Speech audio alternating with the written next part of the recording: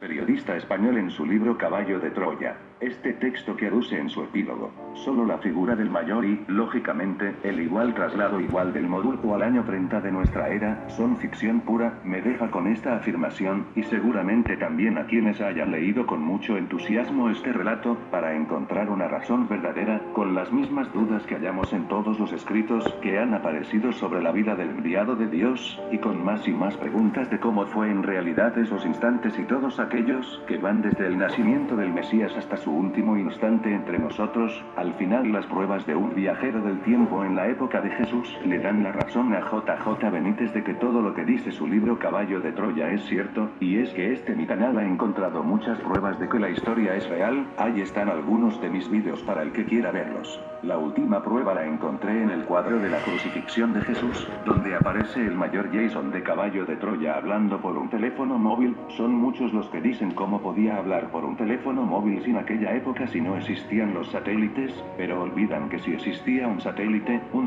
que dicen puede llevar miles de años orbitando la Tierra, ese satélite se llama el Caballero Negro. He contado que este satélite, el llamado Caballero Negro, fue encontrado por un matemático noruego allá por los años 1950 más o menos. Pues bien, este mismo matemático noruego el que descubrió el satélite llamado el Caballero Negro, cuando era joven y aficionado a realizar fotografías en las calles de Oslo, Noruega, sin que nadie se diera cuenta de que estaban siendo fotografiados, porque la cámara la tenía oculta en su chaqueta, realizó una foto sin querer o queriendo. ¿Adivinas de qué? ¿Adivinas qué fue lo que fotografió? Pues a una mujer en el año 1890 hablando con un teléfono móvil. Pensemos con lógica, ¿de verdad puedes creer que esto sea fruto de lo casual? Que la misma persona que descubrió el satélite el Caballero Negro, fotografió en el año 1890 a una mujer hablando por un móvil. Solo hacía un año que Nikola Tesla en 1889 había realizado un experimento en la Provenza francesa de máquina del tiempo, donde usó de un actor francés para que éste viajara en el tiempo. La historia de las 500 imágenes tomadas con una cámara espía. Carl Stormer, este señor, cuando ya era muy mayor, descubrió en una señal de un barco noruego al famoso satélite el Caballero Negro, pero antes de que eso pasara, cuando era un jovencito, se divertía realizando fotos a diestro y siniestro a todo aquel que se cruzara con él. De esta manera fotografió a la viajera del tiempo, mujer de Istal, en el 1890. No sabemos si fue algo casual, o si Carl Stormer quiso dejarnos alguna prueba de que existen los viajeros del tiempo. Lo que es un hecho es que los teléfonos móviles necesitan de un satélite para funcionar, y mira tú por dónde a este matemático le dicen un buen día que un barco noruego ha descubierto una extraña señal. Y le pasan los datos de esta señal al bueno de Carl Stormer, que es un genio con las matemáticas, y descubre al famoso satélite el Caballero Negro, en una época donde el hombre todavía no había lanzado ningún satélite al espacio. Para mí todo esto no puede ser algo casual. La élite controla desde hace mucho tiempo el tiempo como quiere, y los viajeros del tiempo pudieron usar este satélite el Caballero Negro para comunicarse con otros viajeros del tiempo que estuvieran en la misma época. Carl Stormer, 1872-1957, disfrutaba de un hobby muy inusual en ese momento. Camino de Oslo, Noruega, en la década de 1890, con su cámara espía y, en secreto, tomó fotos cotidianas de personas. Los sujetos en las imágenes de Stormer aparecen en su estado natural. Lo que más llama la atención es que son muy diferentes a las imágenes y tendencias estrictas que dominaron la fotografía durante esos años.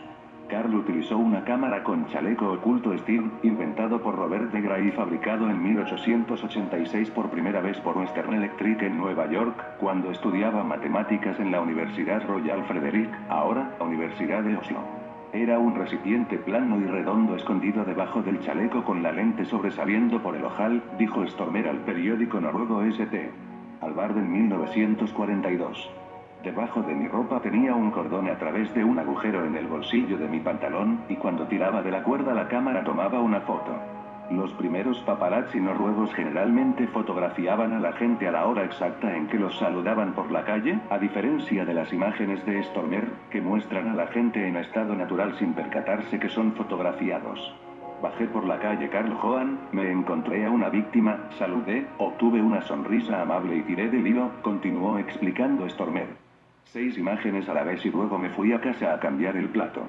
En total, Stormer tomó aproximadamente 500 imágenes secretas. Sin embargo, en una de ellas hay un detalle que ha pasado desapercibido para los expertos del Museo del Pueblo Noruego, Norsk Folkemuseum, quienes han publicado la serie de fotografías en su página web. La imagen en cuestión muestra a un grupo de personas, varias mujeres con vestidos de la época y lo que parece ser policías o militares uniformados. En principio nada extraño, a no ser por la mujer que se puede ver al lado derecho de la imagen, que parece estar hablando por un teléfono móvil. Como se puede apreciar en la instantánea, dicha mujer tiene la cabeza inclinada a un lado, al igual que hacemos cuando hablamos por teléfono, y su brazo izquierdo está levantado a la altura de la cabeza, como si estuviera sosteniendo algún tipo de dispositivo pegado a su oreja. Pero si observamos más de cerca la sorprendente fotografía, podemos ver con claridad cómo en la mano izquierda parece sostener algún tipo de dispositivo brillante. Para mí esta es la viajera del tiempo llamada Sindre, conocida para la historia como mujer de Isdal asesinada por los hombres de negro en Noruega en el año 1970. En esta fotografía lleva un disfraz para no ser reconocida por esos hombres que llaman de negro. Expertos en fotografía y aseguran que claramente la mujer sostiene algo en sus manos que le obliga a inclinar la cabeza, y aunque se muestran escépticos con la teoría de los viajeros en el tiempo, aseguran que no pueden explicar el origen de dicho objeto. Está claro que para los creyentes se tratará de una evidencia más de la existencia de viajeros en el tiempo. Ahora también podemos ver al famoso viajero del tiempo mayor Jason hablando por un teléfono móvil en el cuadro La crucifixión de Jesús. Esta historia comienza con una llamada que le hacen telefónicamente a JJ Benítez, imponiéndole para entregarle un secreto guardado de las Fuerzas Armadas de los Estados Unidos una serie de condiciones que él cumple, hasta la de encontrarse con el personaje, un mayor retirado de la Fuerza Aérea Norteamericana, quien deja unos escritos de una misión especial bien guardados en una caja postal en un edificio de una céntrica vía de Washington. Esa misión fue la de regresar en el tiempo al año 30 después de Cristo, en una nave llamada Caballo de Troya. Al leer esto, JJ Benítez encuentra en estos escritos que plasma en su libro los momentos que antecedieron hasta la muerte y resurrección de Jesús de Nazaret, es decir, sus últimos 11 días de vida. Quien se identificó ante el periodista español como el Mayor, vivió como enviado de esta misión todos los hechos y actos que conmueven a los verdaderos cristianos y seguidores de la palabra de Dios como yo. En la nave se quedó otro hombre con quien permanentemente se comunicaba este personaje, que nota de lo que acontecía en el entorno de Jesús. Sus palabras llenas de amor y enseñanza entre sus simpatizantes, la forma como iba de un lado a otro con el mensaje de Dios, se plasman como todos los actos del Hijo del Hombre en este libro, que nos llena en cierta medida de claridad sobre estos hechos. Es tan puntual, con una simpleza en cada detalle, que nos transportamos en esa época a través de la lectura. Las humillaciones, que por cierto son muy duras, que vivió Jesús ante aquellos que se encargaron de levantarle cargos para que el procurador Poncio Pilato, quien tuvo en muchas ocasiones de aceptar la propuesta de estos llamados sacerdotes encabezados por el tal Caifás, fueron el más grande oprobio que un ser humano pudo vivir. En algunos apartes del libro se dice de algunos errores o cosas inexactas que aparecen en los evangelios dejados como fieles escritos de la vida del enviado de Dios. El ejemplo de esto se plasma en lo relatado por JJ Benítez en este libro, cuando el maestro de Galilea en el Monte de los Olivos, el jueves en la mañana, un día antes de su muerte, recalcó sus enseñanzas sobre los evangelistas. Dice el escritor que lo que allí dijo el Señor no fue tomado en atenta nota y dado a conocer como en realidad fue. Ninguno de los evangelistas tomó atenta nota para escribir con exactitud lo dicho por el Mesías, y otras tantas como las negaciones de Pedro, que habla la Biblia de 3 cuando en realidad fueron más de 4. Siempre nos dijeron que Jesús había muerto a los 33 años, pero aquí se nos muestra la fecha del año 30, es decir, 3 años de diferencia de lo escrito en los textos canónicos. Los ovnis que aparecen en el cuadro serían los demonios certificando la muerte de Jesús, mientras que un triste mayor Jason relata estremecido todo lo que sus ojos están contemplando. ¿Qué es el satélite Black Knight?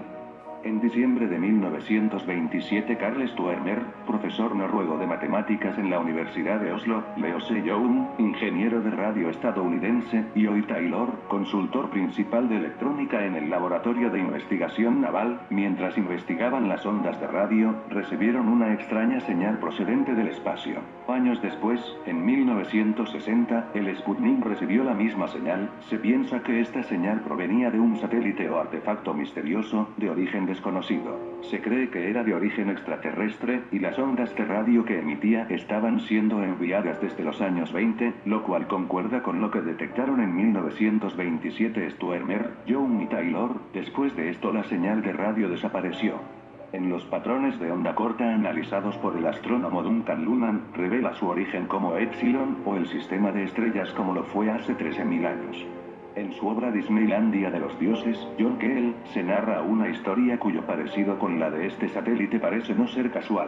En febrero de 1960 los Estados Unidos detectaron un objeto no identificado en órbita polar, una hazaña que ni ellos ni la URSS había sido capaz de lograr. Como si eso no fuera suficiente, al parecer era de un tamaño superior a cualquier cosa que uno u otro país hubiera podido fabricar en la Tierra en esa época. Los operadores comenzaron a recibir extraños mensajes en clave. Una persona en particular dijo que se las arregló para decodificar una de las transmisiones, y que correspondía a un cuadro de estrellas, un mapa de las estrellas que han sido trazadas desde la Tierra hace 13.000 años, y se centró en el sistema de las estrellas Bostes Epsilon. El 3 de septiembre de 1960, 7 meses después de que el satélite fuera detectado por el radar, una cámara de seguimiento en la fábrica del Grumman Aircraft Corporation de la isla tomó una fotografía de ella. El personal sobre el terreno había estado siguiendo el objeto unas 2 semanas. Los espectadores lo veían como un objeto de color rojo brillante que se movía en una órbita de este a oeste. La mayoría de los satélites de la época, de acuerdo a lo poco material que he podido encontrar sobre el satélite Black Knight, pasaban de oeste a este. La velocidad también era alrededor de 3 veces más de lo normal. Se formó un comité para examinarla, pero nunca se hizo público. 3 años más tarde, Gordon Cooper fue lanzado al espacio para una misión de 22 vueltas en órbita a la Tierra. En su órbita final, Cooper declaró haber visto una forma verde brillante por delante de su cápsula, que se dirigía hacia él. Se dice que la estación de seguimiento de Muchea, en Australia, a quien Cooper reportó también esto, era también capaz de recogerlo en el radar del viaje en una órbita de este a oeste. Este evento fue reportado por la cadena NBC, pero a los periodistas se les prohibió preguntar a Cooper sobre el evento después de su aterrizaje. La explicación oficial fue que una falla eléctrica en la cápsula había causado altos niveles de dióxido de carbono, y le produjeron a Cooper alucinaciones inducidas. No he sido capaz de encontrar los informes sobre este satélite en ninguna fuente de noticias, pero teniendo en cuenta las fotografías recientemente descubiertas de imágenes por satélite de Rusia y las historias sobre objetos desconocidos que los primeros astronautas de Estados Unidos, me inclino a creer que este satélite existió. Sin embargo, la cuestión es su origen. ¿Fue un proyecto secreto militar de los Estados Unidos? ¿Un artefacto anterior a nuestra historia, o una nave extraterrestre?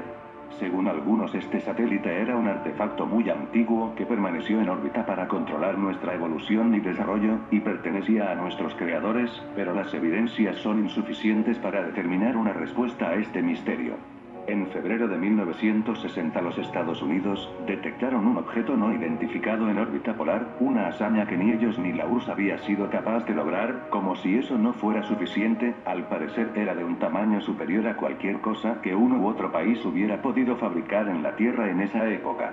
Los operadores comenzaron a recibir extraños mensajes en clave. Una persona en particular dijo que se las arregló para decodificar una de las transmisiones, y que correspondía a un cuadro de estrellas, un mapa de las estrellas que han sido trazadas desde la Tierra hace 13.000 años, y se centró en el sistema de las estrellas Bostes Epsilon. El 3 de septiembre de 1960, 7 meses después de que el satélite fuera detectado por el radar, una cámara de seguimiento en la fábrica del Grumman Aircraft Corporation de la isla tomó una fotografía de ella. El personal sobre el terreno había estado siguiendo el objeto unas 2 semanas. Los espectadores lo veían como un objeto de color rojo brillante que se movía en una órbita de este a oeste. La mayoría de los satélites de la época, de acuerdo a lo poco material que he podido encontrar sobre el satélite Black Knight, pasaban de oeste a este.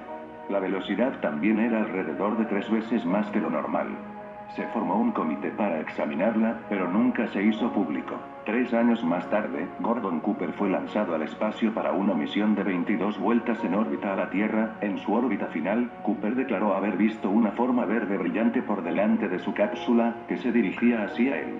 Se dice que la estación de seguimiento de Muchea, en Australia, a quien Cooper reportó también esto, era también capaz de recogerlo en el radar del viaje en una órbita de este a oeste. Este evento fue reportado por la cadena NBC, pero a los periodistas se les prohibió preguntar a Cooper sobre el evento después de su aterrizaje. La explicación oficial fue que una falla eléctrica en la cápsula había causado altos niveles de dióxido de carbono, y le produjeron a Cooper alucinaciones inducidas.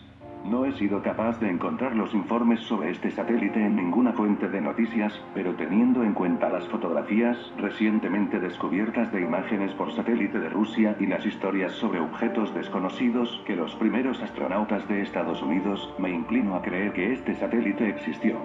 Sin embargo, la cuestión es su origen.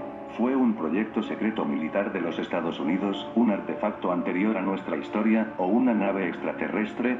Según algunos, este satélite era un artefacto muy antiguo que permaneció en órbita para controlar nuestra evolución y desarrollo, y pertenecía a nuestros creadores, pero las evidencias son insuficientes para determinar una respuesta a este misterio. Sabiendo de todo esto, continuaremos haciendo la misma pregunta: ¿cómo los viajeros del tiempo podían usar teléfonos móviles si no había de satélites en el pasado? Pero ¿y si sí usaban de este llamado el Caballero Negro? Eliseo habla por un teléfono móvil, mientras el mayor se da la vuelta, para no ver la escena de la crucifixión de Jesús. El mayor Jason no quiere mirar, y Eliseo se comunica e informa de cómo las naves de los ángeles caídos sobrevuelan el espacio de Israel. Proclamado por la UNESCO Patrimonio de la Humanidad en 2004, el monasterio Visoki de Kani, en Kosovo, es la iglesia medieval mejor conservada de los Balcanes, y todo un símbolo de la religión ortodoxa serbia.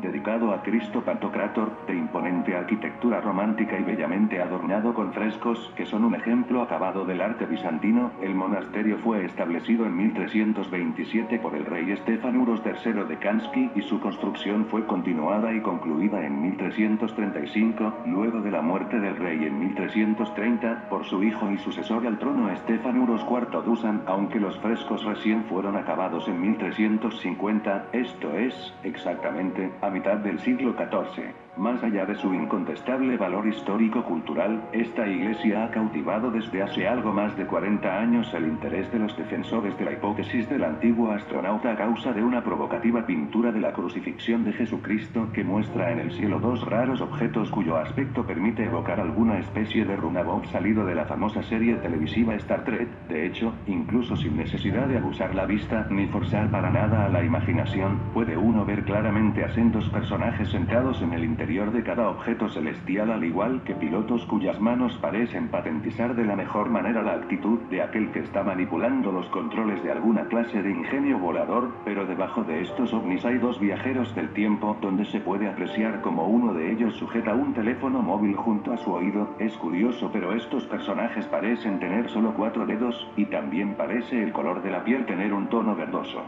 Quiero que observéis este dato. Nikola Tesla nació en Smiljan, Serbia, y este cuadro con un viajero del tiempo con un teléfono móvil está en Visoki de Kani, en Kosovo. A una distancia 453 kilómetros, una distancia muy corta, este monasterio Visoki de Kani, en Kosovo, guardaría una prueba de esos viajes en el tiempo que se realizaron a partir de 1889, donde posiblemente se cruzaron con otros viajeros del tiempo como lo fueron Eliseo y Jason. El sorprendente aparato fue denominado como la cuna, por su parecido al objeto que denota, de tal modo, que en pleno Jerusalén decidieron viajar por los siglos y conocer directamente a Jesús de Nazaret. Así que supuestamente, los militares seleccionados y entrenados para la misión se transportaron al año 30, en los últimos días registrados del Gran Maestro en la Tierra, previos a su crucifixión. La operación se bautizó con el nombre de Caballo de Troya, y solo 2 sujetos eran los elegidos para el tremendo viaje. Sus nombres claves eran Eliseo y Jasón. Dentro de ese grupo de estudiosos de este tema, se resaltan algunos que señalan que el verdadero objetivo no era saber la vida de Jesús propiamente, sino recoger ADN del Nazareno, junto con el de su madre María y su padre José, para trasladarlo hacia el año 1973. Todo esto, según los investigadores, para nada más ni nada menos que clonar a la Sagrada Familia. Pero al parecer, los militares, al pasar de los años y de presenciar las enseñanzas y majestad de Jesucristo, se convirtieron a su doctrina y tomaron fotografías y pruebas de video que fueron inmediatamente confiscadas al momento del regreso de los tripulantes, por parte de las Fuerzas Armadas estadounidenses. Dicho material fue clasificado como altamente reservado y confidencial. Este famoso cuadro con viajeros del tiempo y ovnis fue realizado en el año 1350, el mismo año del descubrimiento de la Sabana Santa, lo que quiere decir que los viajeros del tiempo dejaron dos pruebas. Por un lado está este cuadro con ovnis y viajeros del tiempo, y por otro lado está la Sabana Santa. En este año, el 1350, dejaron pruebas de que los viajes en el tiempo existen, son reales, y nos dejaron pruebas de ello. El nuevo descubrimiento sobre la Sábana Santa y por qué sigue siendo un misterio. Desde que apareció en Lille, Francia, en la década de 1350, su origen ha sido uno de los enigmas científicos y religiosos predilectos de creyentes y detractores. Recordemos, el primer viaje en el tiempo fue en 1889 en la Provenza francesa, muy cerca de Lille, Francia. Y el experimento fue realizado por Nikola Tesla. La operación Caballo de Troya. El sistema básico que había impulsado la operación consistía en el descubrimiento de una entidad elemental en la formación de la materia y del propio universo, el Esquivel, que tiene la propiedad de cambiar la orientación de sus hipotéticos ejes, transformándose así en un Esquivel diferente. El tiempo podía asimilarse a una serie de Esquivels cuyos ejes están orientados ortogonalmente con respecto a los radios vectores que implican distancias. Tal descubrimiento hizo imaginar las más espléndidas posibilidades de viajes al futuro y al pasado. Se decidieron por realizar la operación. Se tuvieron en cuenta tres momentos de la historia de la humanidad como posibles e inmediatos candidatos para una elección final. Era el 10 de marzo de 1971. Los tres objetivos en cuestión fueron los siguientes. 1 marzo-abril del año 30 de nuestra era. Justamente, los últimos días de la pasión y muerte de Jesús de Nazaret. 2 el año 1478. Lugar: Isla de Malera. Objetivo: tratar de averiguar si Cristóbal Colón pudo recibir alguna información confidencial por parte de un predescubridor de América sobre la existencia de nuevas tierras, así como sobre la ruta a seguir para llegar hasta ellas. 3 marzo de 1861. Lugar: los propios Estados Unidos de América del Norte. Objetivo: conocer con exactitud los antecedentes de la Guerra de Secesión y el pensamiento del recién elegido presidente Abraham Lincoln. Se decidieron por la primera y la llamaron Caballo de Troya. La operación contemplaba dos fases perfectamente claras y definidas. Una primera, en la que el módulo sufriría el proceso de inversión de masa, forzando los ejes del tiempo de los Esquivels hasta el día, mes y año previamente fijados. En este primer paso, como es lógico, mi compañero y yo permaneceríamos a bordo hasta el ingreso en la fecha designada y definitivo asentamiento en el punto de contacto. La segunda, sin duda la más arriesgada y atractiva, obligaba al abandono de la cuna por parte de uno de los exploradores, que debía mezclarse con el pueblo judío de aquellos tiempos, convirtiéndose en testigo de excepción de los últimos días de la vida de Jesús el Galileo. Ese era mi trabajo. Este cometido, en el que no quise pensar hasta llegado el momento final, me obligó durante esos años a un febril aprendizaje de las costumbres, común entre los israelitas del año 30. Buena parte de esos 21 meses los dediqué a la dura enseñanza de la lengua que hablaba Cristo, el arameo occidental o galilaico, siguiendo los textos de Spitaler y de su maestro en la Universidad de Múnich, Bergstraßer. No fue muy difícil localizar los tres únicos rincones del planeta donde aún se habla el arameo occidental: la aldea de Málula, en el Antilíbano, y las pequeñas poblaciones, hoy totalmente musulmanas, de Yugadín y Ba'a, en Siria. Caballo de Troya contaba con dos técnicas, desconocidas, que yo sepa, por la comunidad científica. La primera fue desarrollada y puesta a punto por los laboratorios de ingeniería genética de la Navy. Durante años, como es habitual, la inteligencia militar fue absorbiendo y haciendo suyos los interesantes descubrimientos de científicos como Corana y Nirenberg, descifradores del lenguaje del código genético; Smith y Cow y Cox, descubridores de las enzimas de restricción; a Kornberg y su equipo, que hallaron la polimerasa; y Berg, que produjo la primera molécula de ADN recombinado, entre otros muchos.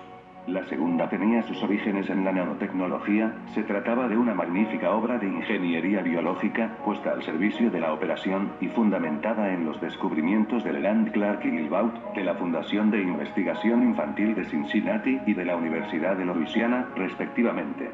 El primero, con sus trabajos sobre biosensores, y el segundo, al construir un sistema que podía medir la urea en los fluidos corporales, merced a un microelectrodo que era capaz de registrar los cambios en la concentración de ion amonio, permitieron a los laboratorios militares la obtención de los Nemos, así bautizados en recuerdo del legendario Capitán Nemo y de sus viajes submarinos. Cada Nemo, por utilizar términos sencillos, consiste en una especie de microsensor, casi un mini submarino, de 30 nanómetros de tamaño. Un nanómetro equivale a la milmillonésima parte del metro. Dependiendo de las necesidades de cada misión, los Nemos variaban de tamaño. Lo habitual eran los ya referidos 30 nanómetros, tamaño de un virus, pero Caballo de Troya disponía también de batallones de Nemos, con espesores de 100 nanómetros.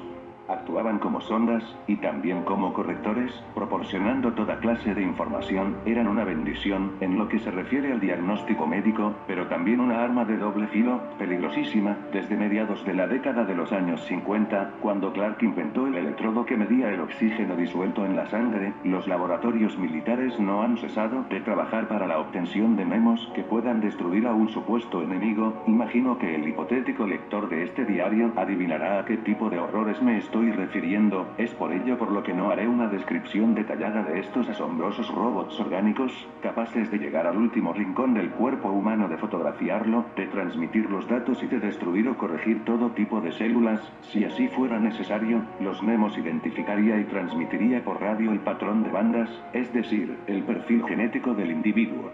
La huella, una vez en poder del ordenador, era amplificada a voluntad. Esta diminuta maravilla de la ciencia, únicamente programable con el concurso de ordenador, ahorraba muchas de las fases de la primera técnica de identificación del ADN, excepción hecha de las ya mencionadas. En definitiva, un sistema más rápido, limpio y fiable. De acuerdo con el mayor, la técnica de clonación, transferencia nuclear, fue descubierta por los militares mucho antes de que Watson y Compton Crick, 1953, presentaran al mundo el modelo estructural del ácido desoxirribonucleico. La clonación consiste en fundir mediante un pulso eléctrico dos células humanas o de animales. En una de ellas, huevo no fecundado u ovocito, se extrae el núcleo y se sustituye por otro que contiene el código genético que se desea clonar. El pulso eléctrico provoca la división celular y el nuevo embrión empieza a ser viable. En el momento indicado, dicho embrión es implantado en una madre de alquiler vigilado en laboratorio. De esta forma se consigue un doble físico, no mental o espiritual, del ADN que se desea. El material dispone de la información necesaria para el desarrollo del individuo.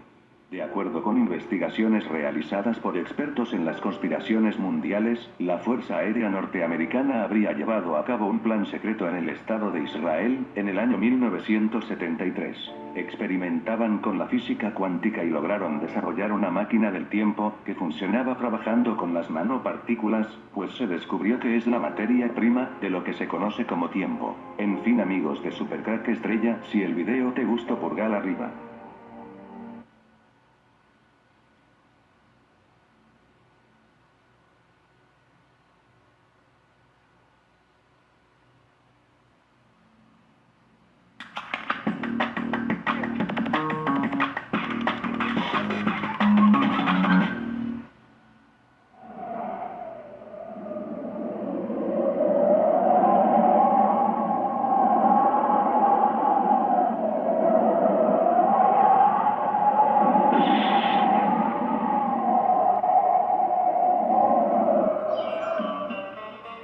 Vinieron 4